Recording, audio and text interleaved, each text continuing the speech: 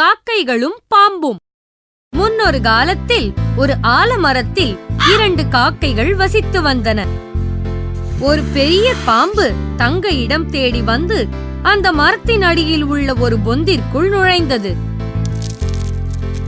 தங்களுக்கு அருகில் ஒரு பாம்பு வந்து வசிப்பது காக்கைகளுக்கு மனக்கவலை உண்டாக்கியது.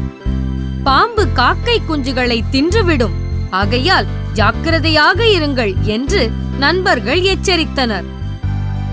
இந்த பாம்பு குஞ்சுகளை தின்றுவிடும் என்றால் நான் எப்படி முட்டையிட முடியும் என்று வருத்தத்துடன் பெண் காக்கை அழுதது. நாம் ஒரு பாதுகாப்பான இடம் தேடி போகலாம் என்றது. அதற்கு ஆண் காக்கை, நாம் வீட்டை விட்டு போக வேண்டாம், அந்த பாம்பை விரட்டும் வழி பார்க்கலாம் என்று ஆறுதல் சொல்லியது. சில நாட்களுக்கு பின் பெண் காக்கை முட்டைகளை இட்டது. அதிலிருந்து 3 குஞ்சுகள் வெளியே வந்தன.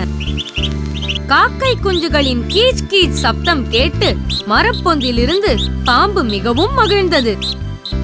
ஒரு நாள் காக்கைகள் இல்லாத நேரத்தில் பேராசை பிடித்த அந்த பாம்பு கூட்டின் அருகில் சென்று 3 குஞ்சுகளையும் விழுங்கியது. காக்கைகள் திரும்பி வந்தபோது காலியாக இருந்த கூட்டை கண்டு அதிர்ச்சி அடைந்தன. தாய் காக்கை வேதனையால் அழுதது. அப்போது ஆண் காக்கை, வருந்தாதே, நான் அவனுக்கு ஒரு பாடம் கற்பிக்கிறேன் என்று சொன்னது.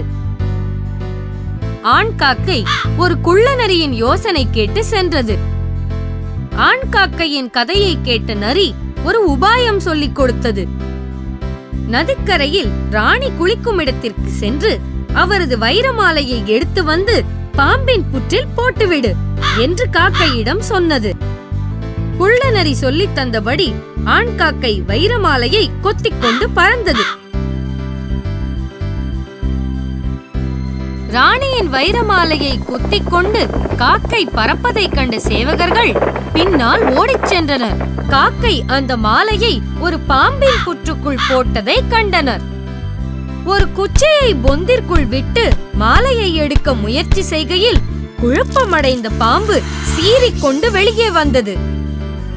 கையில் ஆயுதங்களுடன் நிற்கும் காவலர்களை கண்டு பயந்து போன பாம்பு இனி இங்கு வரக்கூடாது என்று தீர்மானத்துடன் ஓடிவிட்டது.